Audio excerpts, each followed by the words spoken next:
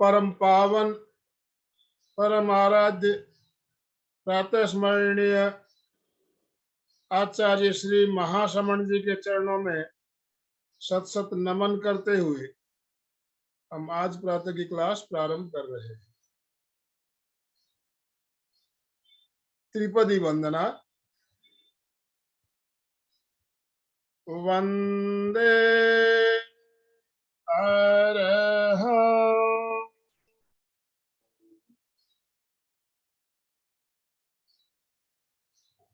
वंदे गुरुवरं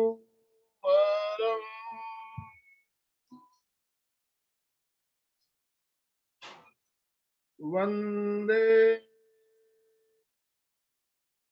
सच्चं। सभी साधक साधिकाओं को जय जिनेन्द्र, सुप्रभात, गुड मॉर्निंग। बहुत ही सुंदर अवसर हमारा क्रम चल रहा है लोगोस साधना का। लोगोस साधना और साथ में अभी नवरात्रि का कार्यक्रम। सुखद संयोग। नवरात्रि का महत्व क्या है हम सब जानते हैं। ज्यादा से ज्यादा साधना करने का समय, और हमारी साधना 9 दिन हमने अलग अलग तरीके से, आज 9वां दिन है नवरात्रि का। तो आज लोगस में हम एक विशेष सत्र ले रहे हैं। हमारी भक्ति जो कीर्तन करते हैं हम, तो बताया गया हमें भक्ति, तो भक्ति में कितनी शक्ति होनी चाहिए, भक्ति कैसे करनी चाहिए। हमने पिछले सब प्रोग्राम में जाना था कि भक्ति में अगर शक्ति हो तो भगवान भी संवाद करते हैं। बहुत अच्छी तरीके से हमने समझा था कहानी के माध्यम से। तो आज हम और उस बारे में और आगे जानेंगे और भक्ति कैसे करें। तो हमारे साथ हमारी ट्रेनर अलका जी जुड़ चुकी है। मैं अलका जी ज्यादा समय नहीं लूंगा, आपसे निवेदन करना चाहूंगा आप आज का क्रम शुरू करें। जो भी भाई बहन हमारे साथ जुड़े, कृपया सबसे निवेदन है आप अपने अपने वीडियो ऑन कर लें ताकि आपके मुस्कुराते हुए चेहरे सबके एक बार दिखाई दे जाए। ओम अरहम ओम अरहम, और दोनों हाथ ऊपर करते हुए अलका जी का स्वागत करें। अलका जी बहुत बहुत स्वागत है आपका, बहुत बहुत स्वागत है। ओम अरहम ओम अरहम। सबका स्वागत करती हूँ। और साथ में आज सत्यनारायण बहुत दिनों के बाद जुड़े हैं।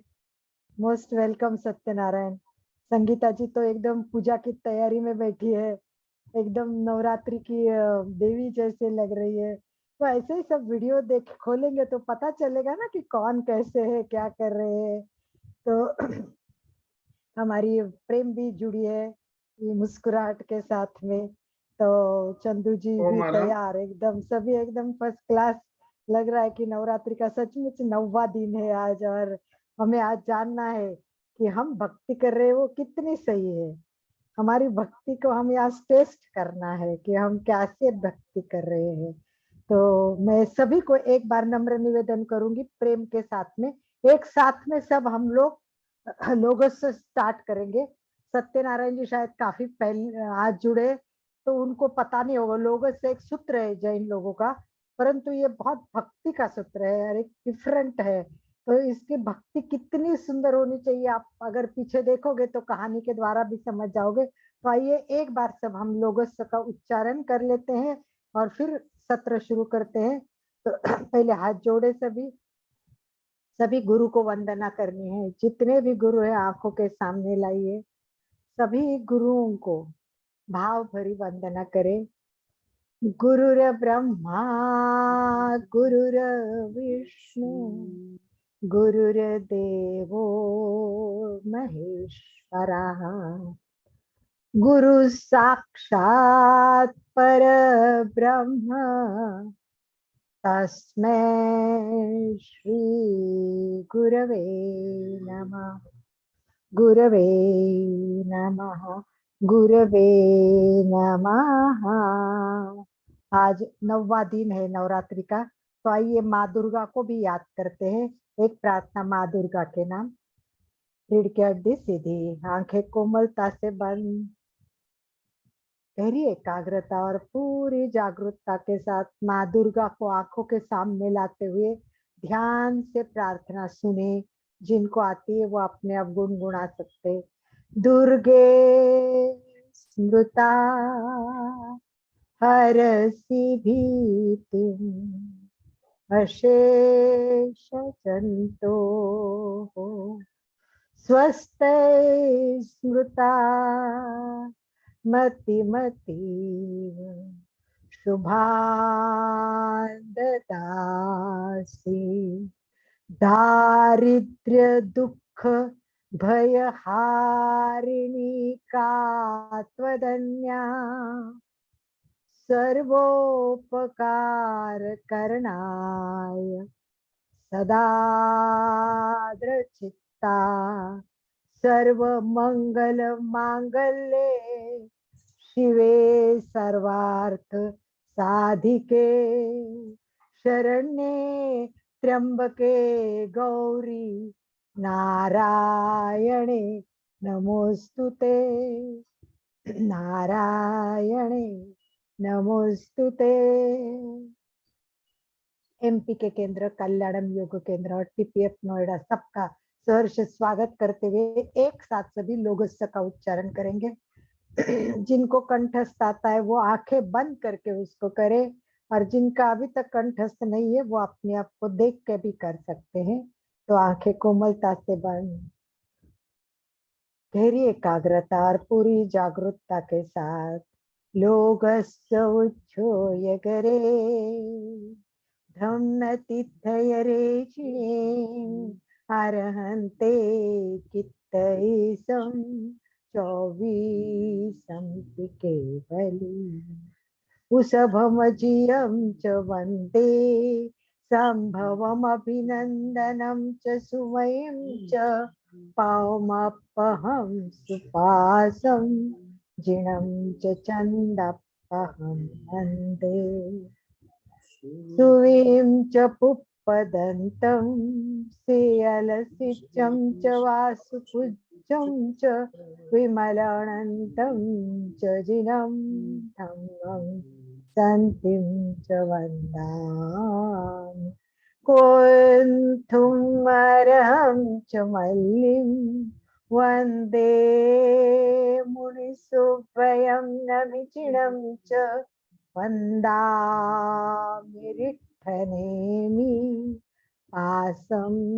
तः बद्धमानं च एवं नयेऽभित्वा विहूयरयमलापहीन जरमरणा चौवीसं पिजिणवरा तिथयरामे पश्यन्ति कित्तीय वन्दीयमये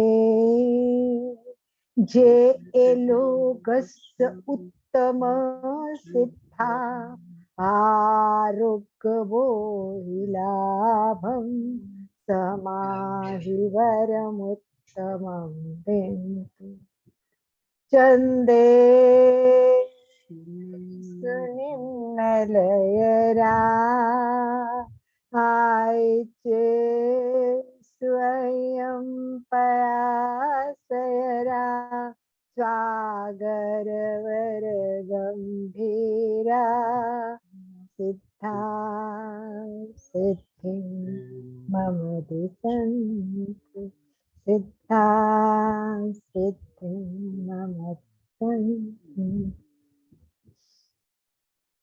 धीरे से आंखें खोले और अब मुझे बताइए कितने लोग आज जब लोगस्य कर रहे थे तो एक एक स्थान पर जाकर एक एक चक्र पर जाकर लोगस्य कर रहे थे।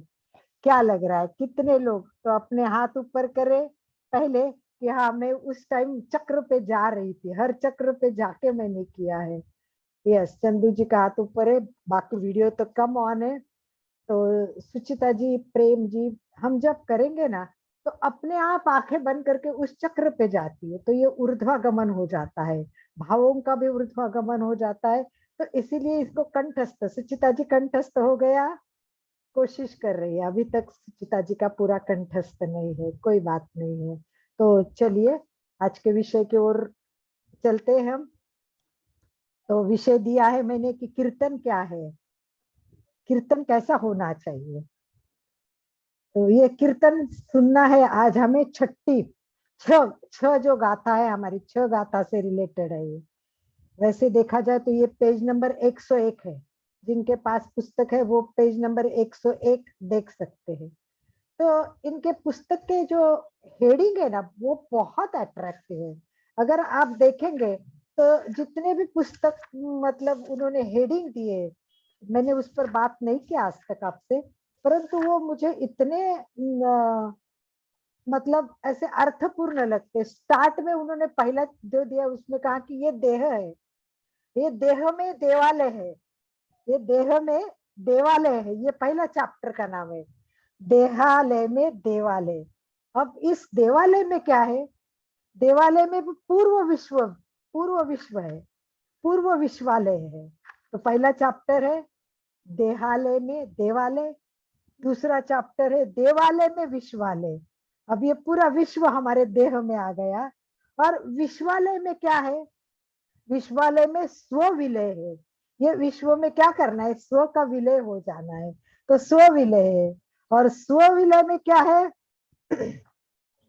स्व विलय में निजालय है, निज है वो स्व विलय में हो जाएगा। और निजालय जब स्व विलय जब निजालय हो जाएगा तो ये निजालय क्या हो जाएगा, स्वरालय हो जाएगा। ये स्वरालय हो गया, तो स्वरालय हो गया है। और आज का टॉपिक है, उसका हेडिंग है स्वरालय में जिनालय। तो ये जो स्वर निकलेंगे उसमें जिनालय कैसे आएगा।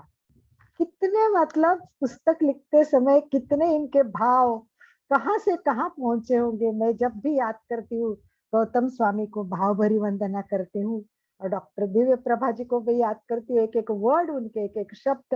तो उन्होंने कहा कि प्रकर्ष भाव से करते वो नमस्कार, प्रकर्ष भाव से करते हैं वो नमस्कार होता है। और ये नमस्कार क्या होता है, प्रणाम है, प्रणाम है।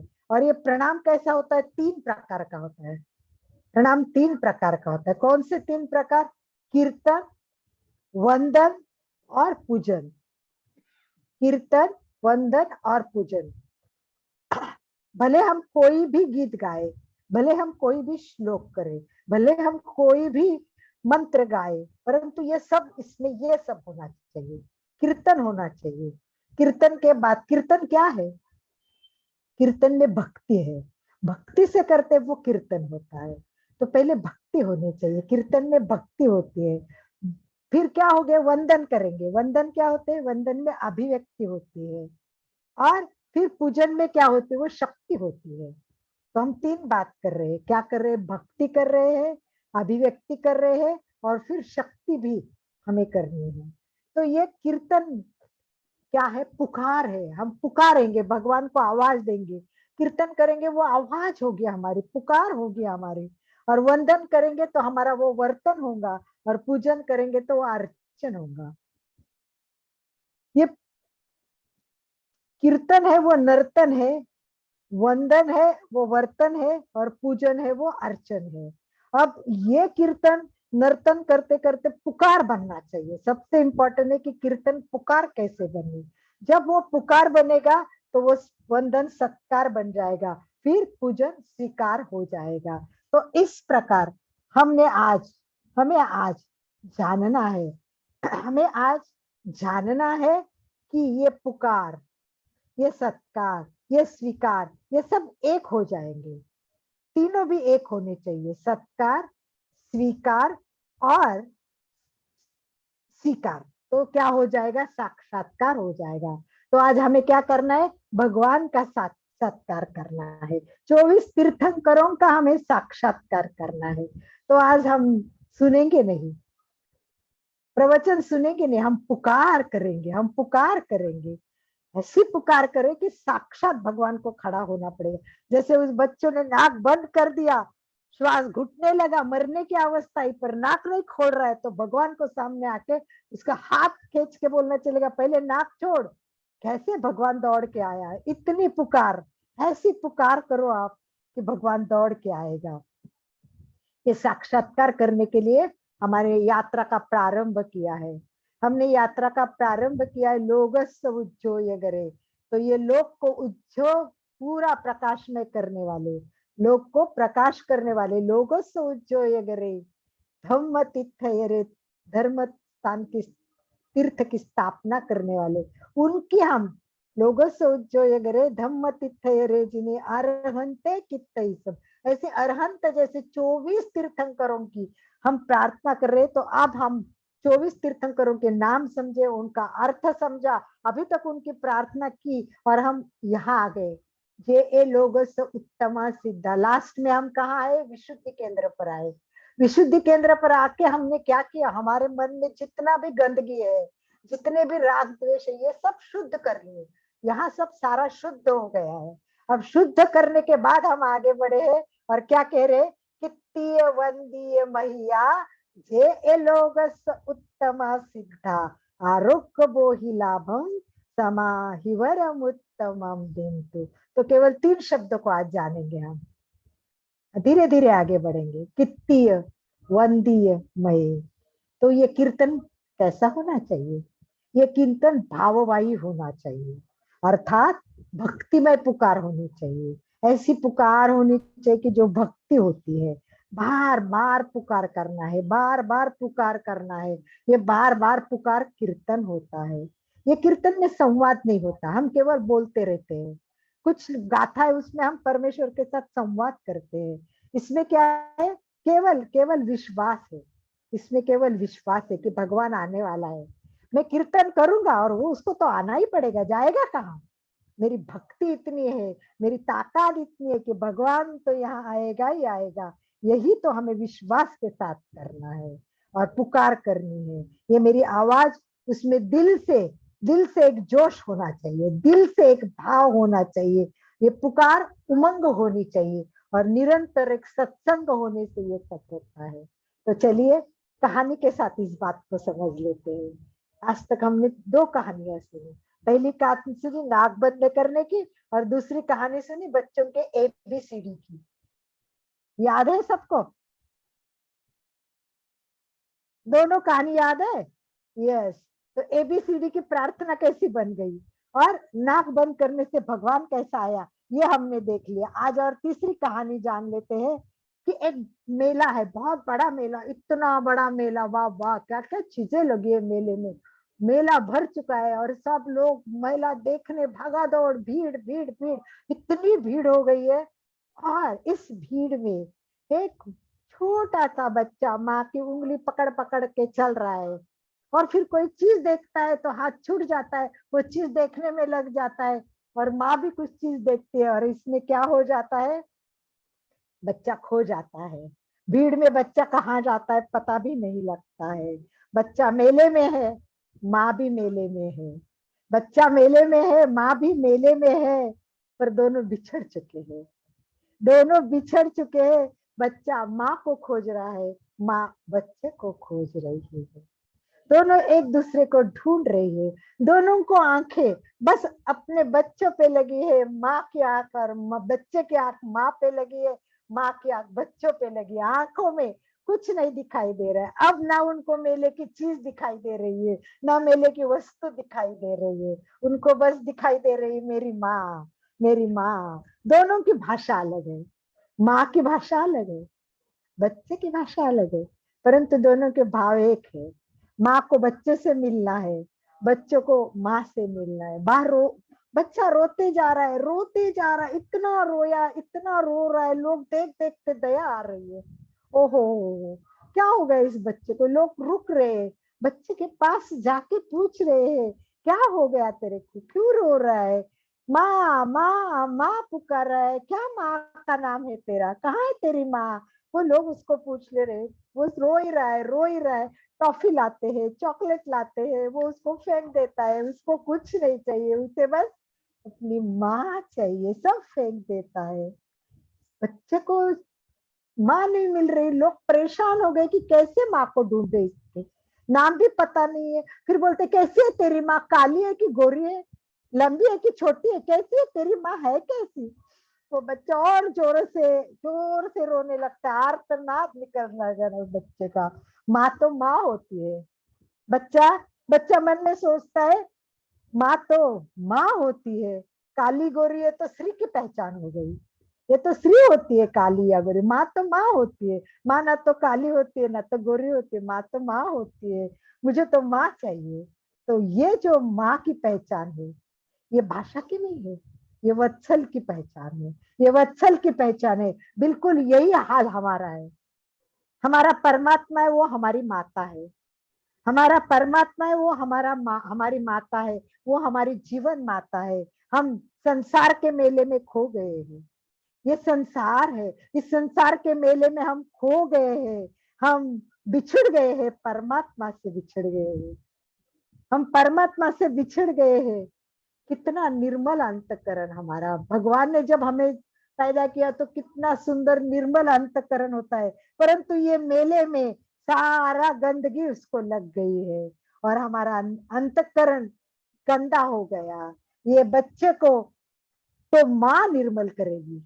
बच्चा कितना भी गंदा हो गया, माँ उसको साफ करेगी। मेरा परमात्मा भी मुझे साफ करेगा। तो ये संसार में परमात्मा की परिचय है। वो ना कलर से है, ना धर्म से है, न सांप्रदाय से है, न नाता, न रिश्ता, न जात, न पात। परमात्मा तो परमात्मा है। जैसे माँ तो माँ है, वैसे परमात्मा तो परमात्मा है। तो बस उस दिशा में आवाज करो, परमात्मा माँ माँ, तो माँ को आवाज पहुंच जाएगी। तो मेरी आवाज परमात्मा तक जरूर पहुंचनी चाहिए, परंतु जिस दिशा में आवाज चाहिए वो आवाज गले से नहीं उठनी चाहिए, वो दिल से उठनी चाहिए। ये दिल से उठनी चाहिए, पुकार सच्ची होनी चाहिए। परमात्मा स्वयं प्रकट हुए बिना नहीं रहेगा। पापी है हम, पापी है हम, कितने पाप किए हैं। इस पापी को भगवान गले से लगा लेगा। जैसा भी है पाप के साथ भगवान गले को लगाएगा। बस शर्त ये है, शर्त ये है कि आपकी पुकार, बस आपकी पुकार भाव में होनी चाहिए, भाव में श्राव होने चाहिए। पहले भगवान क्या करेगा, आपकी पुकार पहचानेगा। भगवान आपकी पुकार पहचानेगा और फिर वंदन करेंगे। वंदन कीर्तन से अलग नहीं होता है। वंदन कीर्तन से अलग नहीं होता है। कीर्तन जब सफल होता है तब वो वंदन बन जाता है, और वंदन जब पूरा हो जाता है तो वो पूजन बन जाता है। ये पूजन होता है, वो सही अर्थ से अर्पण है। जो सही अर्थ से पूजन है वो अर्पण है। तो परमात्मा है, वो इस अर्पण को स्वीकार करता है। वंदन करते हैं ना, ये वंदन कर लिया तो क्या होगा, निजत्व का, अपने निजत्व का जो प्रतीक है वो बाहर आना चाहिए। ये पदार्थ तो बहुत है, द्रव्य पूजा तो बहुत होती है। हमें करनी है भाव पूजा, हमें करनी है भाव पूजा। चैतन्य की पूजा होनी चाहिए। हमें क्या करना है, यहाँ स्वयं को दाव पे लगाना है। स्वयं को दाव पे लगाना है। कुछ भी नहीं चाहिए हमें। भगवान को बोलना है मुझे कुछ भी नहीं चाहिए, बस तेरा दर्शन चाहिए। कुछ भी मत मांगो, बंगला चाहिए, गाड़ी चाहिए, मेरे बेटे की शादी करो, मुझे फर्स्ट क्लास लाओ, कुछ मत मांगो। बस कुछ नहीं चाहिए, यही महामंत्र है वो आपकी साधना।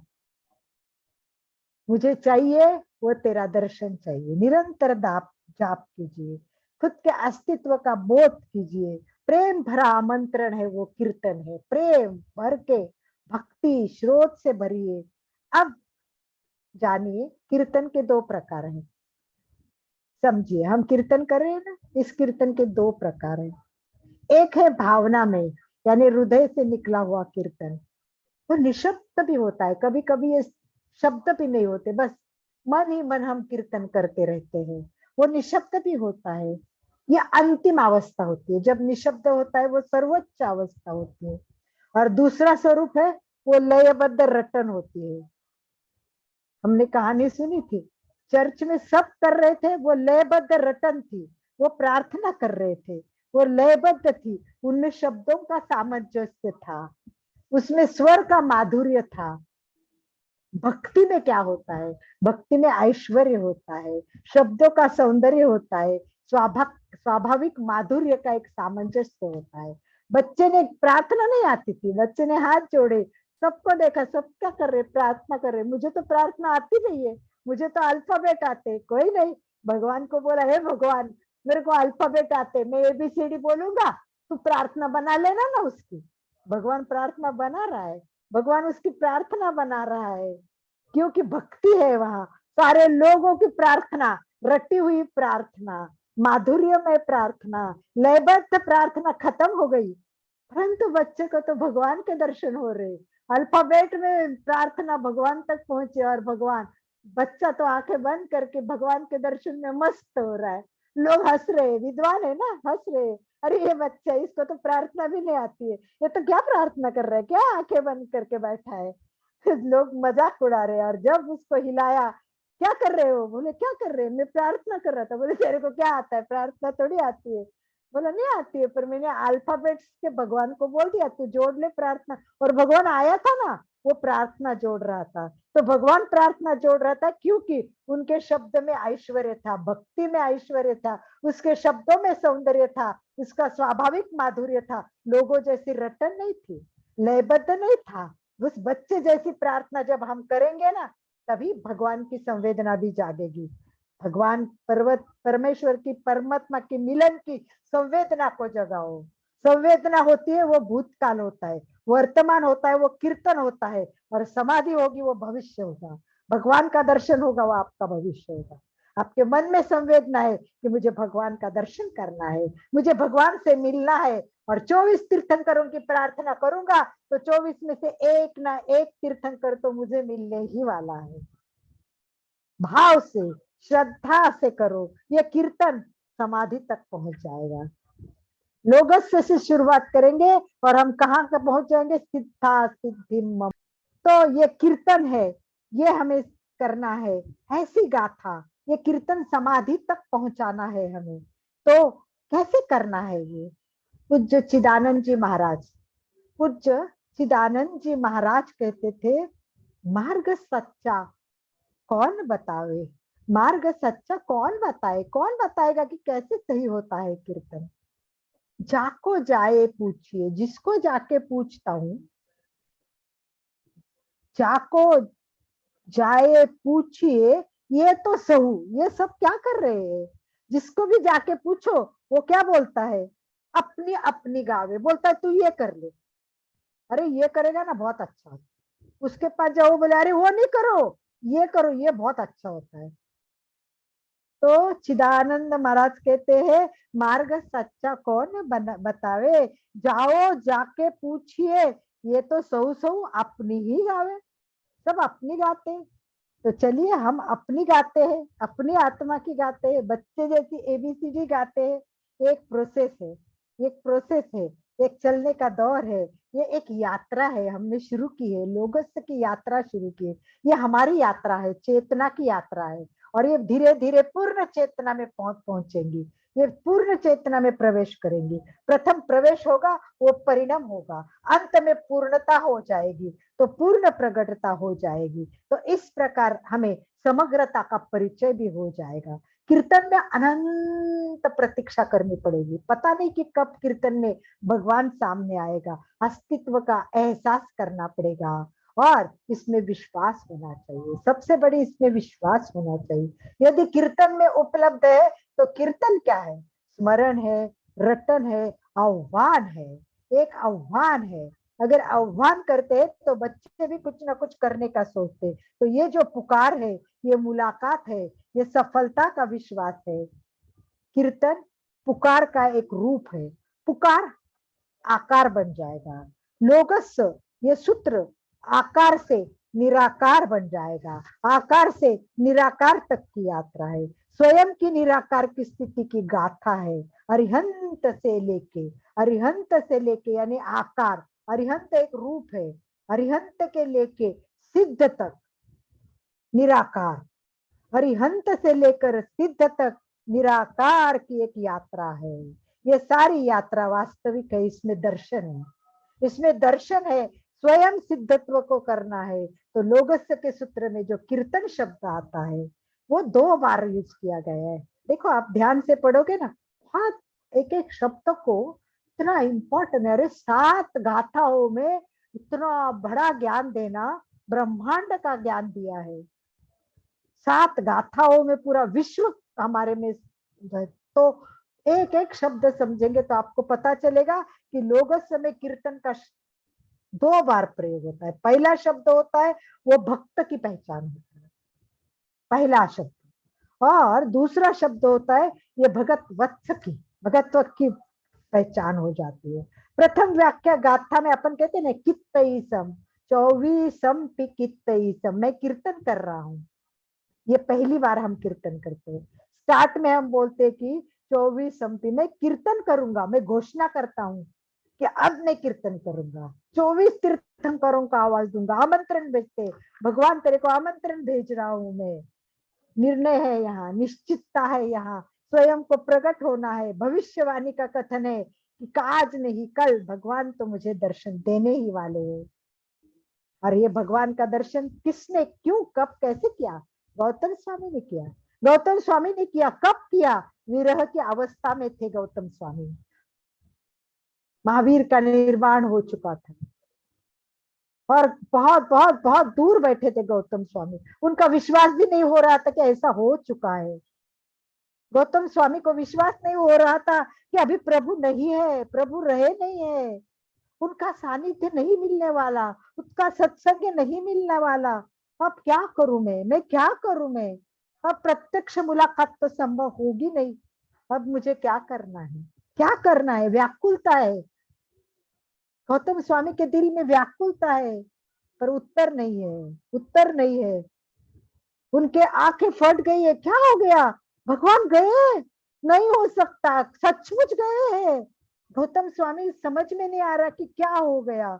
और फिर उन्होंने सोचना, मैं कीर्तन करूंगा, मैं रटन करूंगा, मैं करूंगा भगवान के दर्शन तो मैं करूंगा ही करूंगा। मैं ऐसा कीर्तन करूंगा, ऐसा कीर्तन करूंगा। अब तो कोई नए तीर्थंकर बनने वाले नहीं, पहले तो 23 तीर्थंकर है, पहले 23 तीर्थंकर है। और 23 तीर्थंकर अनंत सिद्ध भी थे, उनकी अवस्था में प्राप्त हो गए। अब मेरी आवाज, कित्तईसम की आवाज, 24 पी केवली, ऐसा शब्द निकला है, 24 पी केवली। तो मैं जो 23 तीर्थंकर थे उन सब की मैं कीर्तन करूंगा, मैं 24 तीर्थंकर के करूंगा। तो इसलिए प्रथम 2 गाथा है, लोगोस की प्रथम जो गाथा है ये आतुर है, ये पुकार है, यहाँ से प्रारंभ हो चुका है। ये गाथा 2 से गाथा से लेके 4 तक, 2 गाथा से लेके 4 गाथा तक 24 के जिनके नाम संपन्न हो चुके। तो हमें समझना है पहली 2 गाथा क्या है? आतुरता है, हमारा कीर्तन है, हमारे भाव है, और फिर स्मरण है। 24 तीर्थंकरों के नामों का स्मरण है, उनका कीर्तन है, उनके परमात्मा का नाम की जो शक्ति है वो उसमें बताई है। इसमें आनंद है, स्वानंद है, आत्मानंद है, परमानंद है। भगवान का नाम, 24 तीर्थंकर का नाम लो, एक एक नाम लोगे तो मोह की एक एक परत टूट जाएगी।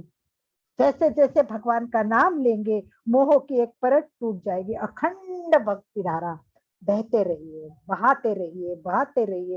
अंतःकरण से ये भक्ति की धार निकलनी चाहिए। और गाथा 5, गाथा 5 परमात्मा के सानिध्य का स्वरूप प्राप्त हो रहा है। 24 शब्द जुड़ गए। और गाथा 6 अब हम जो आज स्टडी कर रहे हैं, आज जो हम गाथा 6 पे आए, लास्ट टाइम हमने देखा जिनवरा, तिथयरा, में, पसियंतु, सारा पिक्चर मैंने आपको दिखाया। आज मैं आपको क्या दिखाऊं? मैं आज आपको बताती हूँ कि गाथा 6 आगे बढ़ेगी, आगे बढ़ेगी और परमात्मा के कीर्तन के द्वारा वो पहचान बन जाएगी। ये शब्द है कित्तीय, वंदीय, महिया। मय बोलते हैं हम, पर वो शब्द है महिया। 3 शब्द है। यह शब्द में जो कित्तीय, वंदीय में महिया शब्द है, ये बहुत महत्वपूर्ण है, बहुत महत्वपूर्ण है। इसका अर्थ गलत ना लेना चाहिए, क्योंकि इसके 2-3 अर्थ है, तो हमें सही अर्थ में इसका शब्द को समझना है।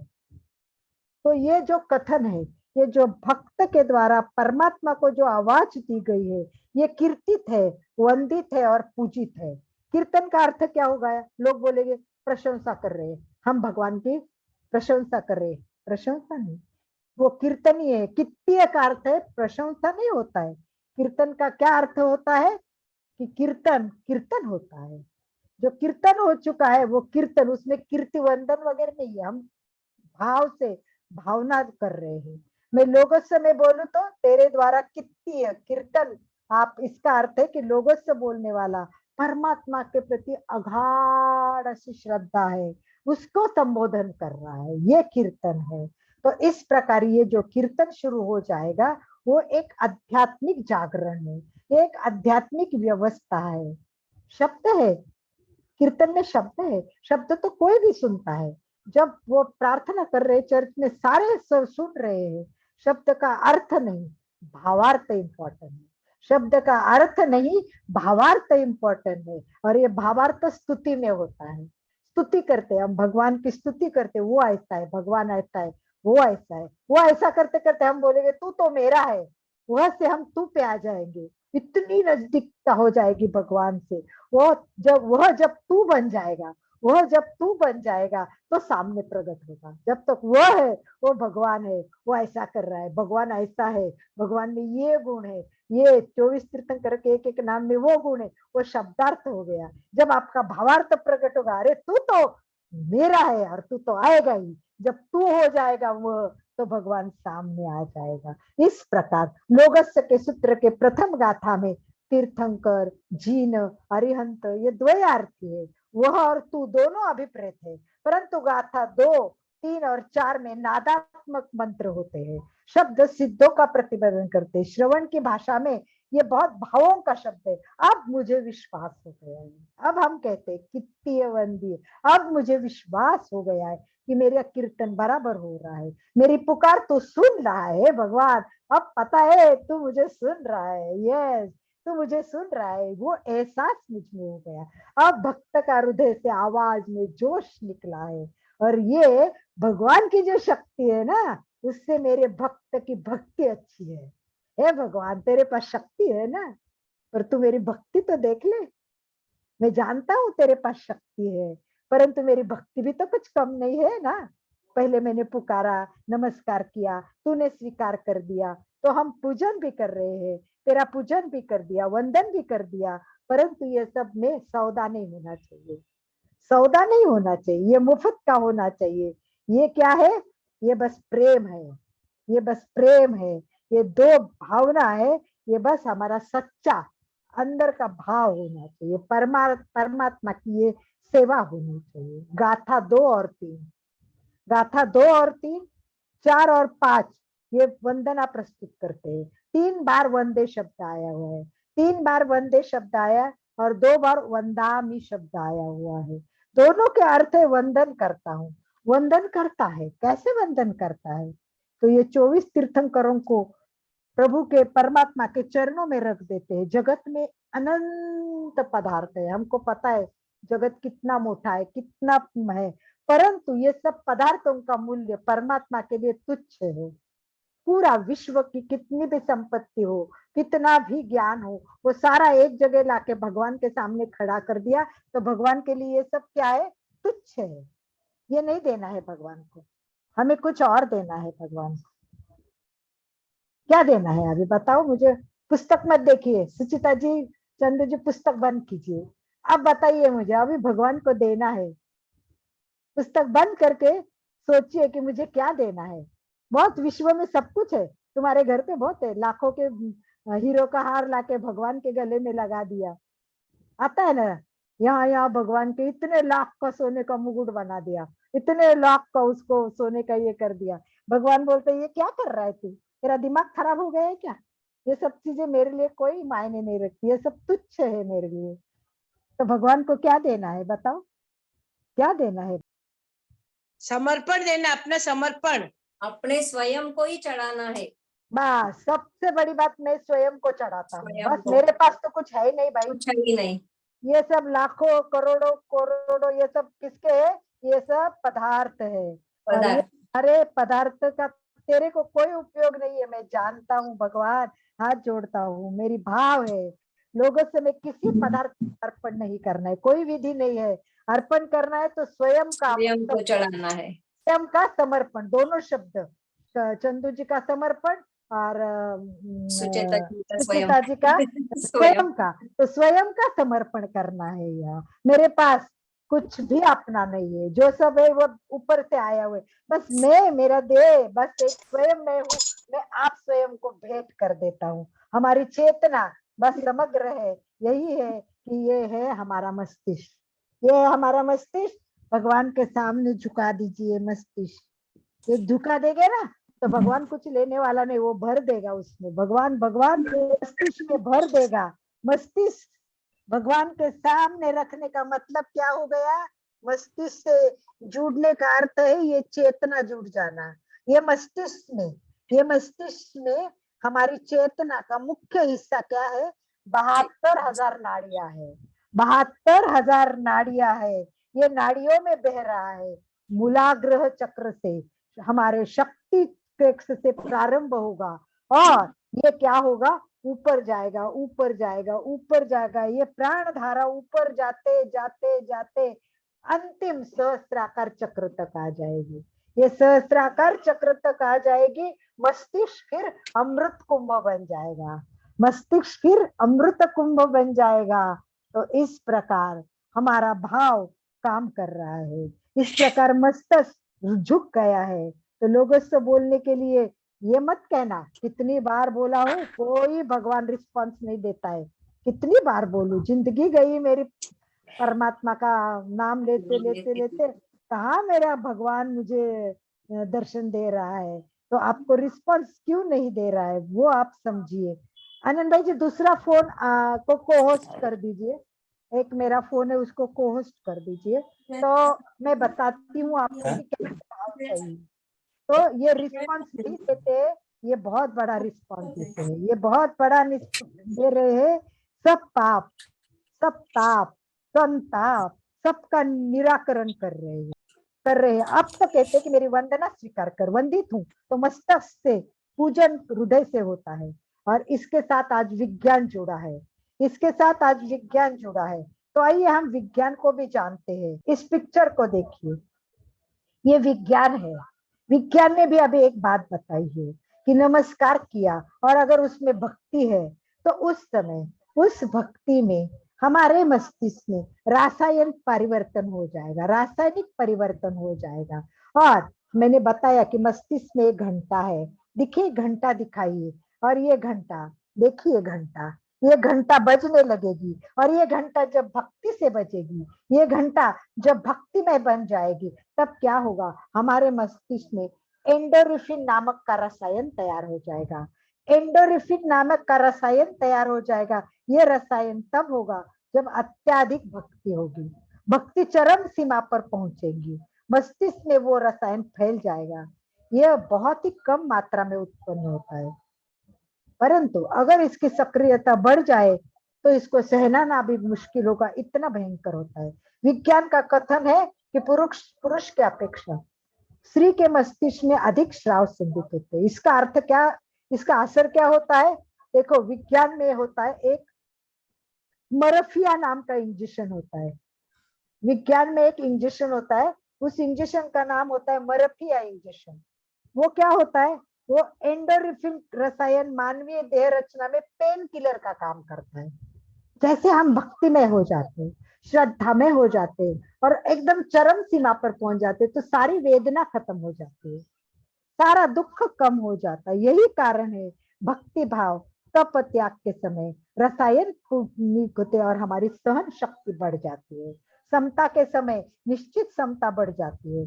सम्यक दर्शन पूर्ण रूप में प्रकट होता है और हम देखते देखते, सुनते सुनते अनुभव करते हैं, महापुरुष का आशीर्वाद मिलता है, तब हमारी वेदना कम हो जाती है। और विज्ञान इस बात पर अनुशीलन कर रहा है, परंतु हमने कब से, हमारे संतों ने, हमारे ऋषि मुनियों ने कब से यह सब बता दिया है कि ये विज्ञान तो अभी अधूरा ही है। हमारा भक्ति योग बहुत आगे बढ़ चुका है।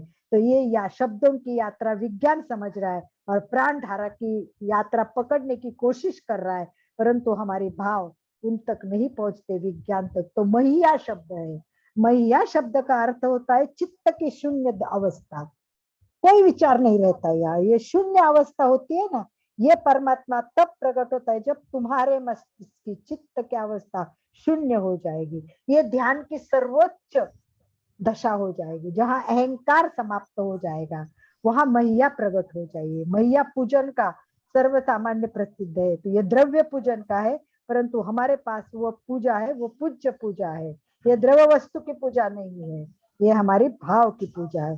तो इस प्रकार सारे रसायन तैयार हो जाते हैं और इस प्रकार हमारा विषय में यहाँ पूरा करती हूँ।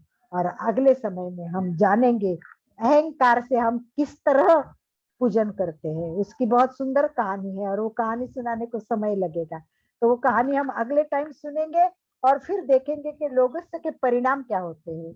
नेक्स्ट टाइम जानेंगे कि लोगोस्य के परिणाम क्या होते हैं, उसका अनुभव हमें कैसे करना है।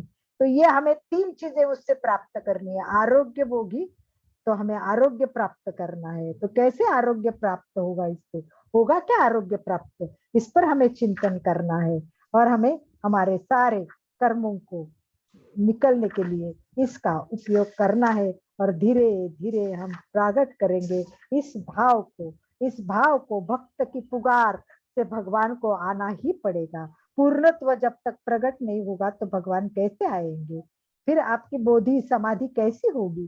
तो ये सब तो जानने के लिए आइए हम बात करते, कोई प्रश्न हो तो, नहीं तो फिर हम थोड़ा सा ध्यान कर लेंगे। जब तक मैं शब्द है तब तक अलका जी, मिलेगा। यस यस, बिल्कुल सही सुचिता जी, मैं जब तक नहीं जाएगा तब तक हम आगे नहीं बढ़ सकते। Perfect, yes. चलिए अभी तो बात कीजिए।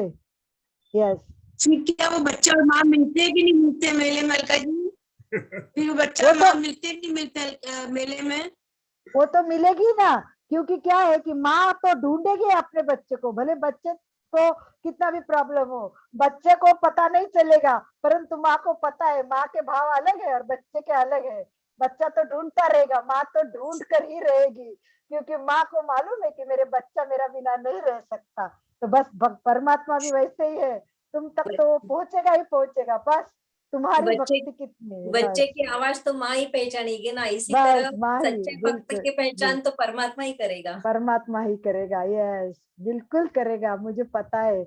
मेरे में भी अभी इतनी श्रद्धा नहीं है, इतना विश्वास नहीं है, इतनी शक्ति नहीं है, क्योंकि मेरा क्या है कि बचपन ना बहुत विचित्र स्थिति में गया। इसका कारण था मेरे पिताजी 100% नास्तिक थे और मेरी माँ 100% आस्तिक थी।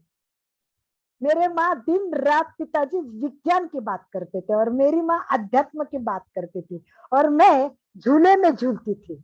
मैं कभी बोलती थी नहीं पिताजी सही है, विज्ञान सही है, विज्ञान जो पिताजी कह रहे वो अध्यात्म तो कुछ नहीं, भगवान को लाके दिखा। माँ को बोलते थे ऐसे बोलते, जैसे पिताजी बोलते वैसे बोलते थे। और जब माँ के आध्यात्मिकता सुनते थे, माँ के उपास तपास भक्ति सुनते थे, तो बोलते वाह भक्ति में तो कितना भाव है, वो विज्ञान में थोड़ी ना आएगा, परंतु वो बचपन में पता नहीं चलता था। तो मैं ऐसे अध्यात्म विज्ञान पर झूलते झूलते एक समय आया कि मैंने सोचा कि क्यों मैं झूलती रहूं, मैं खुद भी तो देख सकती हूँ, स्वयं को पहचान सकती हूँ। और जैसे ही मैंने पढ़ना शुरू किया ग्रंथ और किस्मत से उसी टाइम मेरे जीवन में योग आ गया। मेरे योग अच्छे थे, साधु संतों की सेवा करने का मौका और दर्शन होते गए और तब से मेरा भाव बदलता गया और विज्ञान से मैं अध्यात्म पर पूरी ही कम।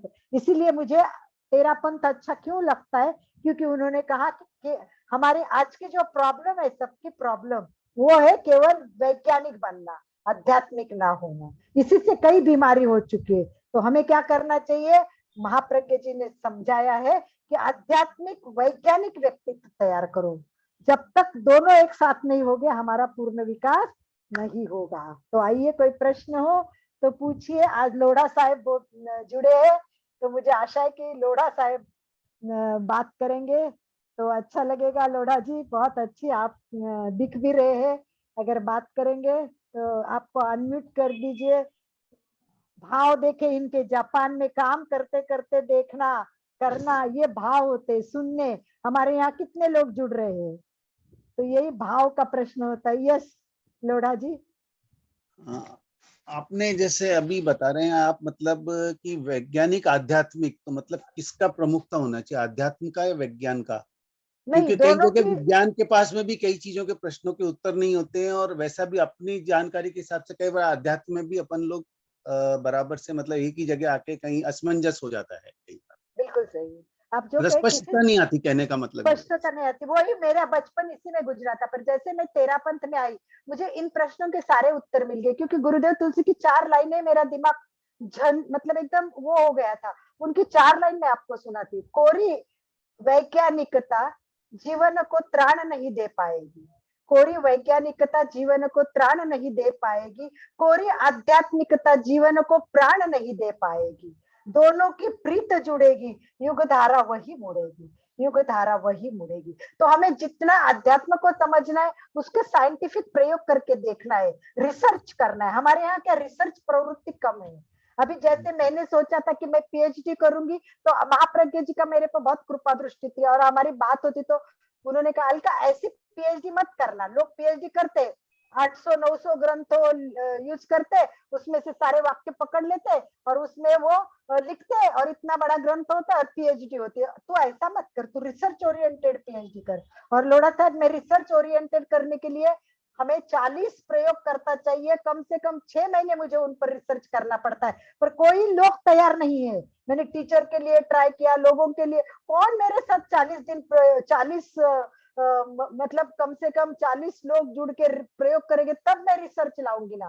प्रॉब्लम हमारे यहाँ है कि रिसर्च ओरिएंटेड के रिजल्ट करने के लिए हमारे पास प्रयोग उतने सही तरीके से नहीं हो रहे हैं जितने होने चाहिए, और वो होते हैं तो जैसे अभी आज आपको मैंने बताया कि जैसे विज्ञान ने सिद्ध किया कि जैसे भक्ति हो जाएगी तो जो रसायन बदल जाएंगे और हमें जो रासायनिक परिवर्तन हो जाएगा, और उस रासायनिक परिवर्तन से उन्होंने कहा है कि हमारी वेदना कम हो जाएगी। जो एंडोरिफिन नामक का रसायन तैयार होते हुए सिद्ध किया गया है भक्ति से, तो ऐसे सिद्ध हो सकता है, बस रिसर्च की आवश्यकता है।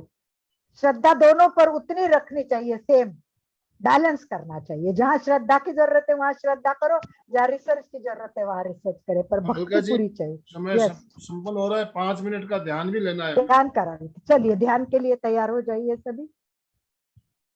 अभी हमें एक एक चक्र पे जाना है, जब तक कंठस्थ नहीं होगा आई थिंक। चलिए प्रेमलता जी बात कीजिए। कोई प्रेमलता जी कैसे लग रहा है? प्रेम शेखानी, लास्ट टाइम भी मैंने आपसे बात की थी पर आपका जवाब नहीं आया था। अपूर्व, अपूर्व कौन जुड़े? अपूर्व भी अनम्यूट करे, 1 मिनट देखे, ये नए नाम दिख रहे हैं।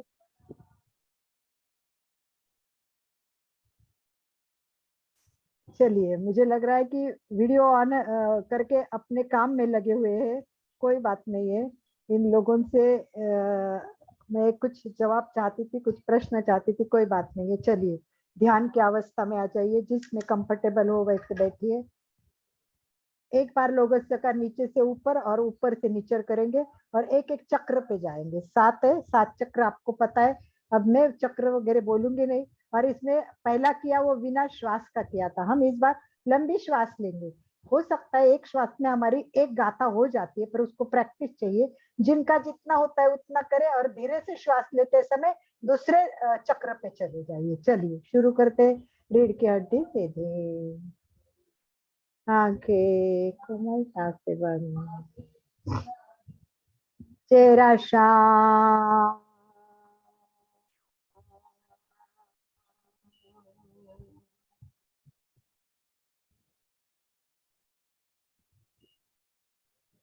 कोशिश करे कोई विचार मन में ना आए, वो आते ही रहते, उसकी ओर ध्यान न दे। साक्षी भाव से गहरी एकाग्रता, पूरी जागरूकता के साथ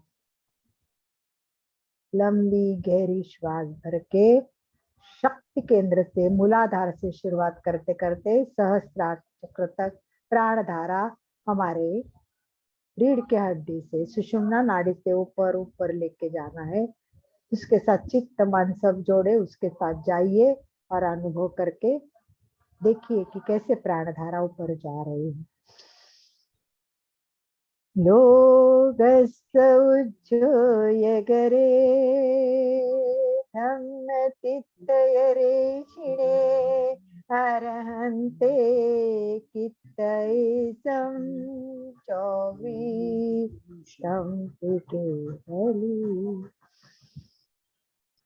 वृषभमचियं च वन्दे सम्भवमभिनन्दनं च सुमयं च पावमपहं सुपासं ऋणं च चण्डपहं वन्दे सूयं च पुप्पदन्तं श्रीयलसिचं च वासुपुच्छं च विमलमनन्तं च जिनं धम्मं सन्तिं च वन्दामि कुंथुमरहं च मल्लिं वन्दे मुनिसुपयं नभिचिणं च वन्दामि रिट्ठनेमि पासं तः वर्धमानं च एवं मे अभित्वा विहुयरयमलापयिन जरमरणा चौवीसं पिजिणवरा तिथयरा मे पश्यन्तु कित्तियवन्द्यमये जे लोगस्य उत्तम सिद्धा आरोग्यवो विलाभं समाहि वरमुत्तमं विन्तु चन्दे सुनिर्मलयरा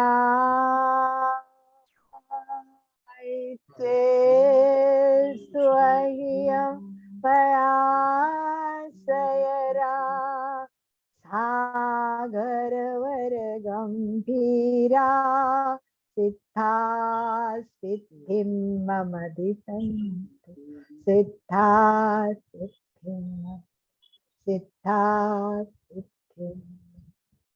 एक बार भी लेती हूँ, उलट नहीं लेती हूँ, पर लास्ट का जो चंदेसु निम्मलयरा एक बार मैं आपको बताती हूँ कि आपको ये कैसे करना है। देखो चंदेसु निम्मलयरा करोगे तब आप मस्तिष्क पे यानी ज्ञान केंद्र पर आ जाइए, सहस्राकार पे, और पहला वर्ड बोलिए चंदेसु निम्मलयरा, और फिर ऊपर जाइए ब्रह्मांड में, ऊपर जाना है। चंदेसु निम्मलयरा आइचे स्वयं पयासयरा, फिर एकदम ऊपर जाइए, परमात्मा में जाइए। पयास देखिए चंदेसु निम्मलयरा आइचे स्वयं पयासयरा सागरवर गंभीरा सिद्धा। सिद्धा सिद्धि में आप दर्शन केंद्र पे आ जाइए। सिद्धा ऊपर की सारी शक्ति लेना है और दर्शन केंद्र में लाना है। एक बार चंदेसु निम्मलयरा, इस तरह हर बात हमें अपने को आना है। तो एक बार आप देखिए, सीधे बैठिए और एक बार आप कर लीजिए। Yes, ready? देखिए हाथ मस्तिष्क पे रख दीजिए, कोई बात नहीं। चंदेसु निम्मलयरा आइचे स्वयं पयासयरा सागरवर गंभीरा सिद्धा सिद्धिं मम दिशन्तु चन्देसु निम्मलयरा स्वयं पयासयरा सागरवर गंभीरा सिद्धा सिद्धिं मम दिशन्तु सिद्धा सिद्धिं मम दिशन्तु। तो देखा हमने, इस तरह हमें अपने भाव को उसमें इन्वॉल्व करना है, वहां तक पहुंचना है। आई होप भक्ति के लिए आज आपने बहुत अच्छा तरह समझा होगा। नेक्स्ट टाइम आगे के अर्थ समझने के लिए तैयार रहेंगे इसी भाव के साथ। जितने भाव से आपने सुना और जाना, मैं आप सबको बहुत बहुत धन्यवाद देती हूँ। ओम अरहम, ओम अरहम। ओम अरहम। समय हमारा संपन्न हो चुका है ऑलरेडी। यस, समापन की ओर प्रार्थना। चलेंगे। दोनों हाथ जोड़ते हुए मेरे साथ साथ उच्चारण कीजिए। मैं चैतन्यमय हूँ, मैं आनंदमय हूँ, मैं शक्तिमय हूँ। मेरे भीतर अनंत चैतन्य का, अनंत आनंद का, अनंत शक्ति का सागर लहरा रहा है। इसका साक्षात्कार करना ही मेरे जीवन का परम लक्ष्य है। मंगल भावना। हमारा आज का दिन मंगलमय हो, आनंदमय हो, शांतिमय भावनाओं के साथ। ओम शांति शांति शांति। कृतज्ञोस्मि। हम सब सब गुरुदेव के आभारी। कृतज्ञोस्मि। हम सब गुरुदेव के आभारी। कृतज्ञोस्मि। सब आप बहुत के आभारी है सर। बहुत धन्यवाद सभी का। ओम अरहम।